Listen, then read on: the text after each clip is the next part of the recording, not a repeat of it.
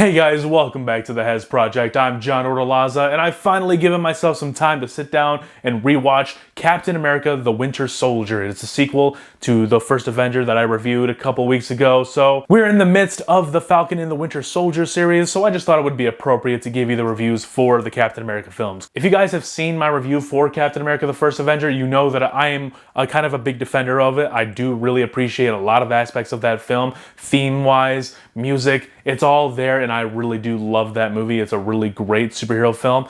And this one, you can say almost everyone universally loves the Winter Soldier. And I'm not about to say I hate it or anything like that. No. I'm just saying the love for this film can sometimes be a little bit like... I'm trying to say the love for this film sometimes is a little bit annoying because people are like, oh, it's not as good as the Winter Soldier. It's not as good as the Winter Soldier. Well, that's good, but isn't Winter Soldier good? I'm just kidding. I'm not a hater on this movie or people who love this movie. If you love this movie and you think it's the best MCU movie, in some ways you are not wrong, because this is the first movie, in my opinion, that the MCU did something different with. It's the first film that really embodies a different genre and really takes superheroes and molds it into a different genre, a spy thriller genre. It does it incredibly. A few actors I want to really give shout outs to from this film. Chris Evans as Captain America, of course, freaking phenomenal, dude. Like, it's such a step up from his performance in the other films. It's still the same person. It's not like he's acting differently or anything, but it's just the way that he took this character who was molded in the 1940s and was, born back in the day, gets put into an ice cube for 70 years, comes out in the future essentially, and he brings his militaristic ideals from the World War II era until today's espionage world. And it's a very interesting dynamic, and I love that part of this movie. Robert Redford is in this film. He plays kind of the villain essentially, and this is the first time I've ever seen Robert Redford, and he does a really good job. He's a really terrific actor. Same with Samuel L. Jackson. You see him very differently than you have in the previous films. He's very much like, oh, we got to bring the Avengers together type guy in the Avengers movie, of course, and any other times you've seen him before that. And here, it's very different. It's a little more of a vulnerable Nick Fury, and I love that. I love that different take of Nick Fury in here. He's more vulnerable, and pretty much all of our heroes in this movie are vulnerable because Hydra is on the climb.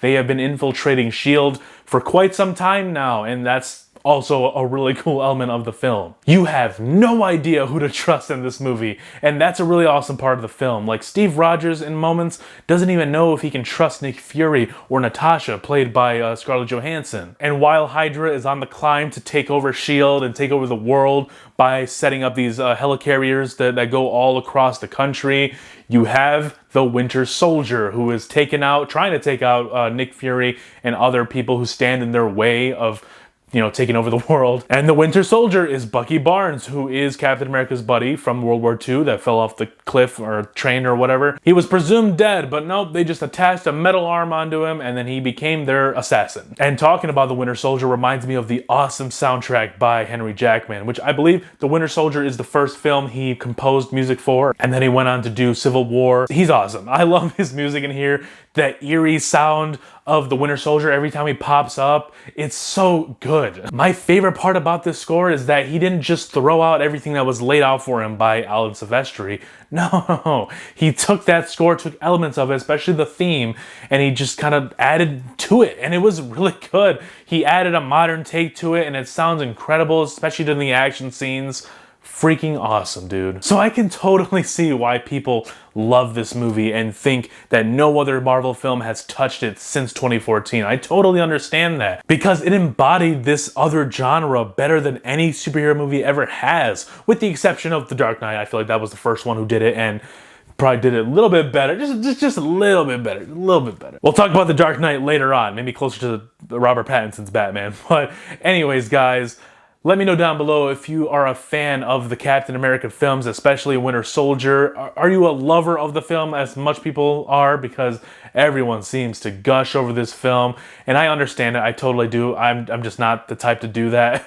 I appreciate a lot of the things that Marvel has done afterwards, and I do love movies in the Marvel Cinematic Universe more than Winter Soldier. That is not to say that this is bad in any means, and it's not to say that this movie didn't do something better and something more special than any of the other Marvel films had. This film, in my opinion, is a really good example to give to people who aren't necessarily fans of Marvel superhero type stuff. You can give this to them and they can be like, wow, that was really good and it appealed to me. I can say right now, this is probably my favorite MCU film in phase 2. Because I haven't reviewed all the Marvel films yet. That's coming later. Just give it some time. Let me know down below, what did you think of my review and the film Captain America the Winter Soldier? And are you watching the Falcon and Winter Soldier? Did you know I'm reviewing it? I think you should go check out my reviews. You might want to stick around, guys, because there's always more to come.